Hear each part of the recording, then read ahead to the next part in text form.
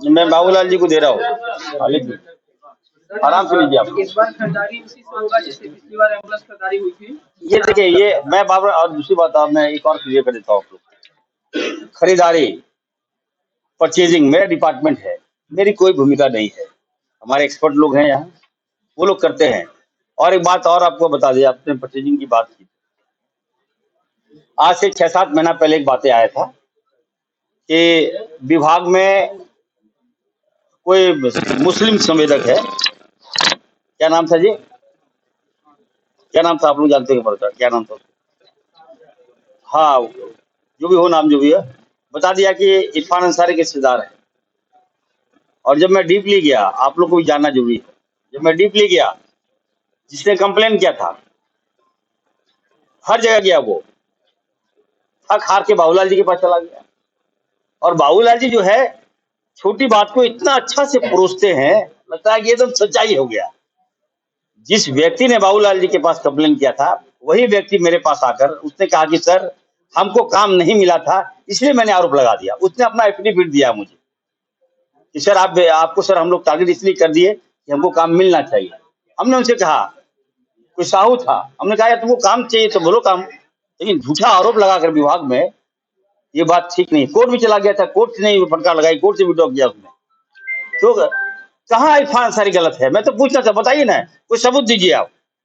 अब कैट का रिपोर्ट बताइए, मैं तो अभी चिट्ठी लिख रहा हूँ कैट, क्या बताओ, सीजी को मैं चिट्ठी लिख रहा हूँ कि आप कहाँ आप देख लीजिए कि 250 एम्बुलेंस मेरा खराब है। और बाबूलाल जी मरांडी जी कहाँ देख लिए कि 250 एम्बुलेंस मेरा खराब है? हमको तो एम्बुलेंस और चाहिए। इस राज्य को हम बेहतर, ये इमरजेंसी सेवा को हम ठीक करने के लिए हमको एम्बुलेंस और चाहिए। तो मेरा क्या लेना देना है? मेरे सिस्टम में वो काम करता है। और मैं फिर से मैं क्या देना चाहता हूँ, तमाम लोगों से कहना चाहता हूँ, तमाम हम अपने कुछ यूट्यूबर साथियों से कहना चाहता हूँ कि आपसे मेरा विनम्र विनम्र निवेदन होगा, निवेदन कर रहा हूं मैं आपसे, कम से कम तथ्यहीन बातों को आप लोग पहले जांच कर लीजिए। मैं खास कर यूट्यूबर को कह रहा हूँ, और भी यहाँ सारे लोग हैं, वो जानते हैं कि अगर आप डायरेक्ट सीधा मंत्री पे आरोप नहीं लगा सकते। मंत्री पे आपको तभी आरोप लगाना होगा जब आपके पास फैक्ट होगा। ऐसे आप लोग लगा देते हैं भाई, कहीं किसी राज्य में ऐसा नहीं हो रहा है, ले दे के इरफान अंसारी पे हो जा रहा है, डायरेक्ट जो मन से बोल देते हैं। पोजीशन हम लोग से पोजीशन हमारा खराब होता है। हम लोग इतना अच्छा करे, हम अभी दिल्ली में थे, हम टॉप, अभी 3rd पोजीशन में हम लाए हैं स्वास्थ्य को। झारखंड के स्वास्थ्य को 3रा नंबर पर हम लाए हैं, और आने वाले दिनों में देखिएगा 1 नंबर पे हम लाएंगे। हमारा सदर अच्छा काम कर रहा है, तो अच्छा व्यवस्था हम ला रहे हैं। फिर से मैं कहूंगा, जो बातें बाबूलाल जी ने कहा है, मैं उनसे 1 हफ्ता के अंदर, मैंने चिट्ठी लिखा है, चिट्ठी लिख रहा हूँ, और अगर वो आरोप प्रमाण नहीं करेंगे तो मैं उन पर FIR करूंगा, उनको जेल भेजूंगा। ये क्या समझ लिए? बाबूलाल नेता बाबूलाल जी का क्या कारनामा हमको नहीं मालूम है क्या? आप जब मुख्यमंत्री थे, आपने क्या क्या कारनामा किया? किसी छिपा है क्या? इसलिए बुलवाई नहीं हमको। मैं फिर से कहूंगा, आप अगर इरफान अंसारी पर अगर आप उंगली उठाते हैं, तो याद रखिए कि 4 उंगली आपके पास पीछे हुई। मैं बेदाग हूं, और मैं तो जिद्दी भी हूं। स्वास्थ्य व्यवस्था को बेहतर से बेहतर हम करके ही हम दम लेंगे। जो रिपोर्टें हैं, एक कॉपी में आपको दे रहा हूँ। कैट को हमने चिट्ठी लिखा है, CAG को चिट्ठी लिखा है, और CAG से वार्ता भी हुई। उन्होंने कहा कि मेरी प्राइमरी रिपोर्ट है, ये फाइनल रिपोर्ट नहीं है, इसलिए सर इसको अदरवाइज नहीं लेंगे। ये सारी बातें हैं, हम आप लोग को बता देते हैं। और मैं बता देता हूँ, इस विभाग में अगर कहीं कोई गड़बड़ी है तो आप मुझे बताइए, मैं कार्रवाई करूँ। तो वो ऑडिट का मामला है, वो ऑडिट चल रहा है, सब क्लियर होने दीजिए, उसके बाद आवंटन प्राप्त हो गया है भारत सरकार से। अब उसमें हम लोग करके अगले नहीं, ऑडिट तो मैं ऑडिट पहले करा लेंगे, ऑडिट करा लेंगे। पैसा तो आ गया है मुझे। सर एक सवाल है। हाँ, कि शैलेंद्र श्रीवास्तव आज माननीय मंत्री जी प्रेस ब्रीफ जो रखे हैं, उसका मुख्य जो 2-3 बिंदु हम लोगों ने समाचार पत्र में सुना है।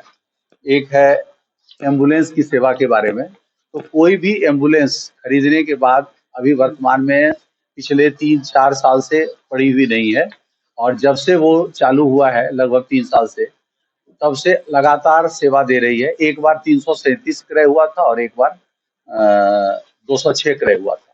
और जो 206 क्रय हुआ है वो अभी वर्तमान में चल रहा है, और 337 में कुछ एम्बुलेंस हैं जिसका की अवधि समाप्त हुआ, फिर भी उसको रिनोवेट करा के चलाया जा रहा है। और जो नई एम्बुलेंस की प्रक्रिया है मैं उसके ब्रीफ करूंगा, बताइए। तो वो सर एक एम्बुलेंस के बारे में बताएंगे। दूसरा एक विषय है जो कहा गया है कि अवधि विस्तार दिया गया है, तो अवधि विस्तार शैलेंद्र श्रीवास्तव को कभी नहीं दिया गया है। नई नियुक्ति हुई थी, उनके रिटायरमेंट के 6 महीने बाद पुनः एक विज्ञापन प्रकाशित किया गया था जिसमें 3 वर्षों के लिए उन्हें रखा गया था। उसके बाद जब रिटायरमेंट के बाद कोई पोस्ट नहीं था, तो कार्य को चालू रखने के लिए पिछले दिसंबर में 1 साल के लिए उनको कंसल्टेंट के पोस्ट पर सिर्फ 35,000 पर उनको नियुक्त किया गया। और वर्तमान में अब नियुक्ति प्रक्रिया भी पूर्ण हो गई है, और अब हम लोग उनसे अभी वो काम भी वो नहीं कर रहे हैं, उस तरह का मतलब प्रोक्योरमेंट से रिलेटेड काम नहीं कर रहे हैं। दूसरा है कि जो दवा के बारे में पूछी गई है कि दवा एक्सपायर्ड दवा है, तो हम लोगों ने पूरा उसका एनालाइज किया है।